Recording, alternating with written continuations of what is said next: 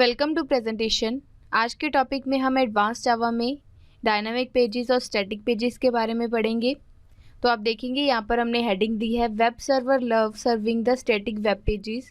में जो web server है उसे अच्छा लगता है कि जब हम स्टैटिक वेब पेजेस को सर्व करते हैं। में जो वेब सर्वर है वो इजीली स्टैटिक वेब पेजेस को सर्व कर सकता है। तो पहले हम यहाँ पर ये जान लेते हैं कि स्टैटिक पेजेस क्या होते हैं। स्टैटिक पेजेस को हम ऑलरेडी मेड पेजेस भी कह सकते हैं। मीन्स कि इन्हें बनाने की रिक्वायरमेंट नहीं पड़ती है, ये पहले से ही बने हुए होते हैं। यहाँ पर हम एक एग्जांपल लेकर चलते हैं। फॉर एग्जांपल कोई यूज़र है, फॉर एग्जांपल हमने कोई वेबसाइट क्रिएट की है और हम उस वेबसाइट को अपने सर्वर पर लोड कर देते हैं। मीन्स कि जो भी यूज़र की रिक्वायरमेंट है वो उसे एज इट इज़ इंटरनेट पर अपने सर्वर पर मिल जाती है। मीन्स उसके लिए जो भी पेजेस हैं, जो भी उसने रिक्वेस्टेड पेजेस हैं वो बने बनाए होते हैं। तो यहाँ पर हम उन्हें स्टैटिक वेब पेजेस कह सकते हैं। तो यहाँ पर हम इसकी वर्किंग जानते हैं कि वेब सर्वर कैसे सर्व करता है स्टैटिक वेब पेजेस को। जब भी हम फॉर एग्जांपल कोई हमने वेबसाइट क्रिएट की है और उसके कुछ पेजेस जो हैं वो अभी नहीं बने हैं और उनके जो मेन पेजेस हैं वो हम क्रिएट कर चुके हैं और उन्हें हम अपने सर्वर पर वेब सर्वर पर लोड भी कर चुके हैं। मीन्स जब भी कोई यूज़र उसके लिए रिक्वेस्ट करेगा तो वो यूज़र को ईजिली फाइंड हो जाएंगे। तो फॉर एग्जांपल हमने कोई, यहाँ पर हम माइंडफुली की एग्जांपल लेते हैं। हमने माइंडफुली कंपनी के लिए एक वेबसाइट क्रिएट की है।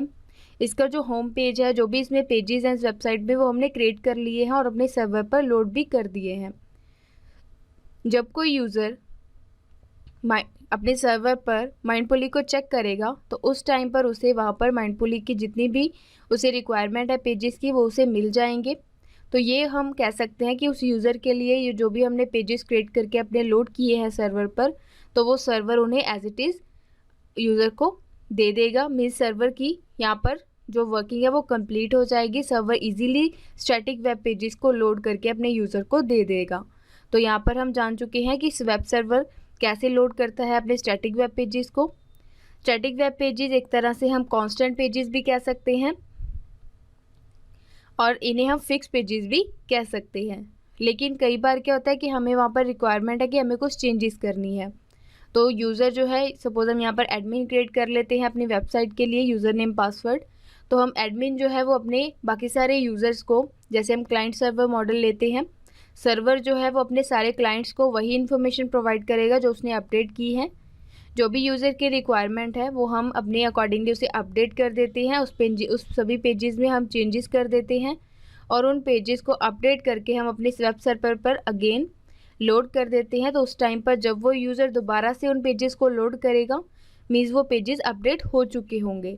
तो यहाँ पर हम इन्हें ये भी कह सकते हैं कि स्टैटिक पेजेस को हम इजीली चेंजेस कर सकते हैं उनमें और उन्हें अपडेट कर सकते हैं अपनी रिक्वायरमेंट के अकॉर्डिंग। नेक्स्ट टॉपिक है हमारा dynamic web pages.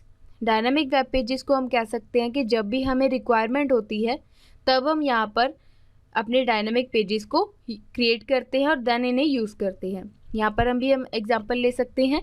For example कोई यूज़र है, उसने वेब पेज की रिक्वेस्ट की है, किसी भी वेब पेज की, जिसे हम डायनामिक पेजेस कहेंगे। तो हम उस यूज़र के अकॉर्डिंगली एक पेज क्रिएट करेंगे। फॉर एग्जांपल हम किसी कंपनी का पेज ले सकते हैं या फिर हम फॉर्म फिलिंग का पेज ले सकते हैं। जब वो यूज़र फॉर्म फिल करता है देन वो जब हम करते हैं कि हमारा ये फॉर्म फिल हो जाए, जब हम सबमिट पर क्लिक करते हैं तो हम क्या करते हैं, उस सबमिट को क्रिएट करते हैं जब यूज़र की रिक्वेस्ट आती है सबमिट के लिए। तो इन्हें हम यहाँ पर वेब पेजेस कहेंगे, डायनामिक वेब पेजेस। और जब हम इनमें कुछ भी चेंजेस करना चाहते हैं, जो भी अपडेटेड पेजेस हैं उन्हें हम वेब सर्वर पर लोड कर देते हैं। वेब सर्वर जो है वो ऑटोमेटिकली या फिर हम डायरेक्टली कह सकते हैं डायनामिक वेब पेजेस को लोड नहीं करता है। वेब सर्वर में कुछ एप्लीकेशंस होती हैं जिन्हें हम वेब एप्लीकेशन कह सकते हैं। ये web applications in dynamic pages को सपोर्ट करती हैं। मीन्स यूज़र के पास से जो रिक्वेस्ट आई है डायनामिक वेब पेजेस की वो पहले वेब एप्लीकेशन के पास जाएगी। डायनामिक वेब पेजेस जब वेब एप्लीकेशन के पास चला जाता है तो वहाँ पर इसकी सारी अपडेशन हो जाती है। देन वेब एप्लीकेशन एडमिन से पेज रिट्रीव करके वेब सर्वर को सेंड करती हैं और वेब सर्वर यही डायनामिक पेज अपने यूज़र के सामने डिस्प्ले कर देता है।